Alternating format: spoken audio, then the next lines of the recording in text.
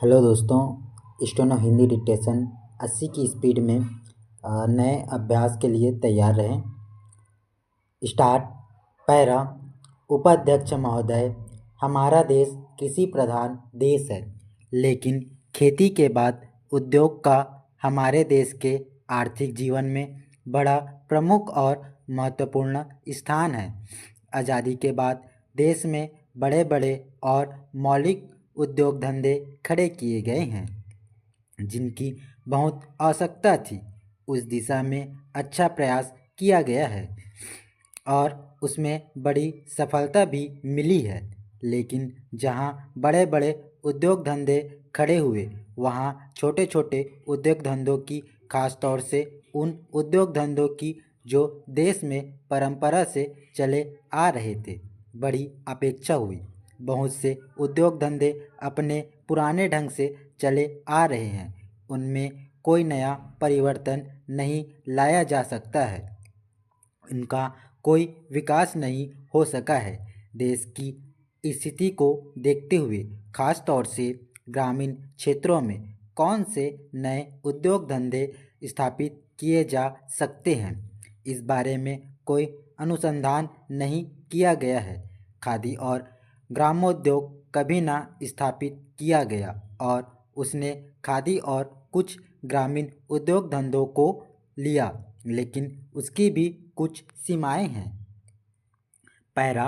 बहुत से उद्योग धंधे ऐसे हैं जिनको प्रोत्साहन दिया जाना चाहिए था, लेकिन प्रोत्साहन देना तो दूर रहा, ऐसी नीति अपनाई गई कि उनके काम में बाधा पैदा हुई और उनमें से बहुत से टूट गए। इसका परिणाम यह हुआ कि एक तरफ तो हमने देखने के लिए बड़े बड़े कल कारखाने खड़े किए हैं, लेकिन दूसरी तरफ बेकारों की संख्या बढ़ती गई है।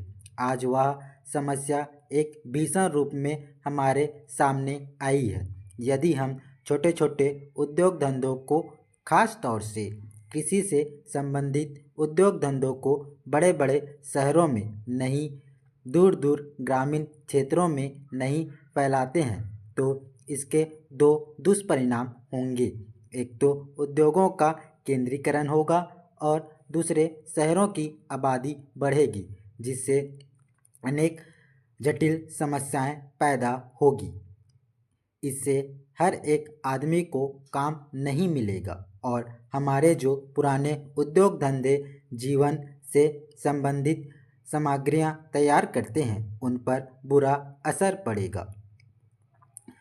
पैरा। लेकिन सरकार की ऐसी नीति रही है कि उनमें से बहुत से उद्योग धंधे समाप्त होते जा रहे हैं, जिनका नतीजा यह है कि उन उद्योगों में लगे हुए आदमी बेकार हो रहे हैं। मैं चाहूँगा कि सरकार ऐसे उद्योग धंधों को अधिक से अधिक प्रोत्साहन देने का प्रयास करे।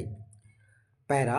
मजदूर क्षेत्रों में केंद्रीय श्रम मंत्री के इस कथन का स्वागत किया जाएगा कि सरकार श्रम सम्मेलन और स्थायी श्रम समिति के सम्मुख इस आशय का एक प्रस्ताव रखने जा रही है। उद्योगों में मजदूरों को भी हिस्सेदार बनाया जाए। भारत एक लोकतांत्रिक समाजवादी देश है। वह समानता और शोषण से मुक्त के सिद्धांत में विश्वास करता है।